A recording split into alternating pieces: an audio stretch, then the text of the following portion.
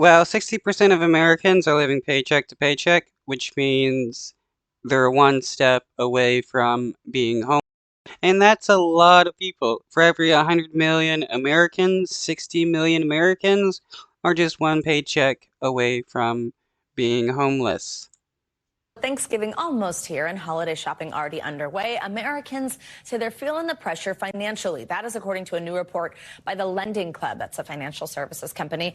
It found 60% of adults say they are living paycheck to paycheck heading into the holidays. Let's bring in Caleb Silver for more on this, our friend and editor-in-chief at Investopedia. Caleb, good morning. Always great to have you with us. So hearing that number, 60% living paycheck to paycheck, also kind of the inverse of that stat is 4 in 10 consumers consider themselves worse off than last year. With inflation cooling, or at least we've kind of started to see that, and interest rates at least a pause in the hikes, does it surprise you to hear stats like that? Yeah, because money has gotten more expensive over the last year and a half through all these interest rate hikes. So it's credit card debt, it's rent. Rent has gone up month after month. Food prices are still high. They've come down just a little bit, or at least they've stopped accelerating. So all the necessities. But the only thing that hasn't really risen at the same rate as everything else is wages. And that's the big problem. If people had a living wage, paycheck to paycheck wouldn't be that much of an issue, since people would be able to afford to live. Think about it. About a third of our paychecks usually go to housing. With rents rising, mortgage rates rising, that's now a little bit more than a third. That puts stress on everything else. And as you go into this holiday season where we're expected to buy, and people feel that stress because they feel the pressure to spend money on loved ones when in fact they don't have to, but it is a thing we get ourselves into every single season. Yeah, don't put yourself into debt buying gifts for people.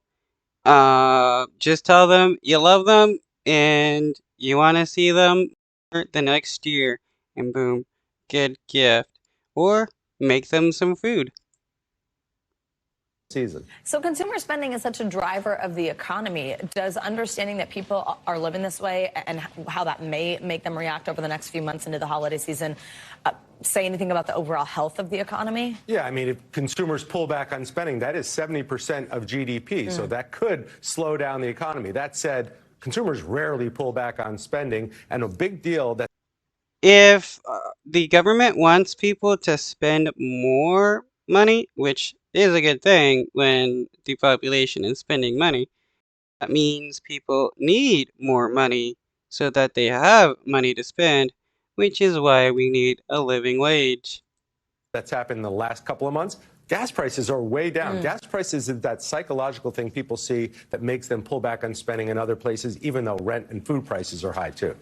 So what we know so far about how people may spend, a little bit of it we're getting from this Deloitte survey. It found that spending this week is expected to jump 13%. Shoppers expected to spend an average of $567 as they're doing that holiday shopping you're talking about for family members, for friends. What impact could that have on families that are already feeling strapped for cash? I mean, are you concerned about people being able to afford these expenses and then what it ultimately means for credit card debt? Yeah, well, they're just going to pile it onto their credit card debt. And a lot of people in that survey also said, only 23% said they plan to pay it off. So people overspending without a plan to pay it off, that's never a good thing. And we also hear these reports, and we see it out of Investopedia, people looking how to tap their savings, how to tap their 401k to get some extra cash. That is a no-no, my friend. You can't be doing that, especially around the holiday season.